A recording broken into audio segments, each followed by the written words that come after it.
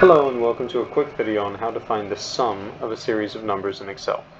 So, your first step, find the cell where you would like the sum to be displayed and click on it.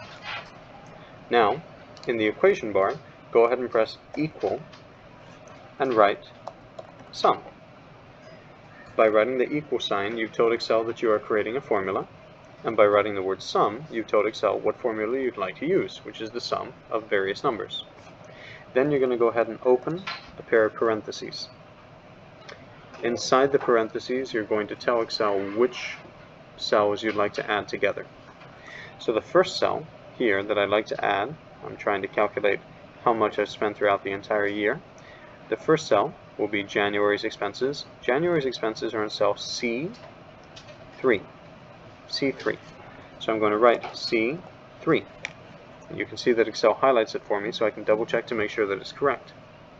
Then, instead of having to manually add C3 plus C4 plus C5, which would be a bit difficult, I can write C3, and then I can insert a colon and write the final value in the cell range, which will be C14.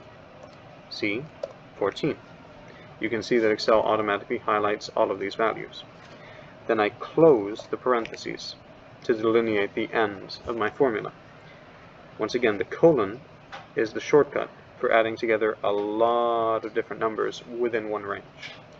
And then, when I create the equal sign, it will go ahead and it will give me my total sum for all of these numbers, without having to do any lengthy addition by hand.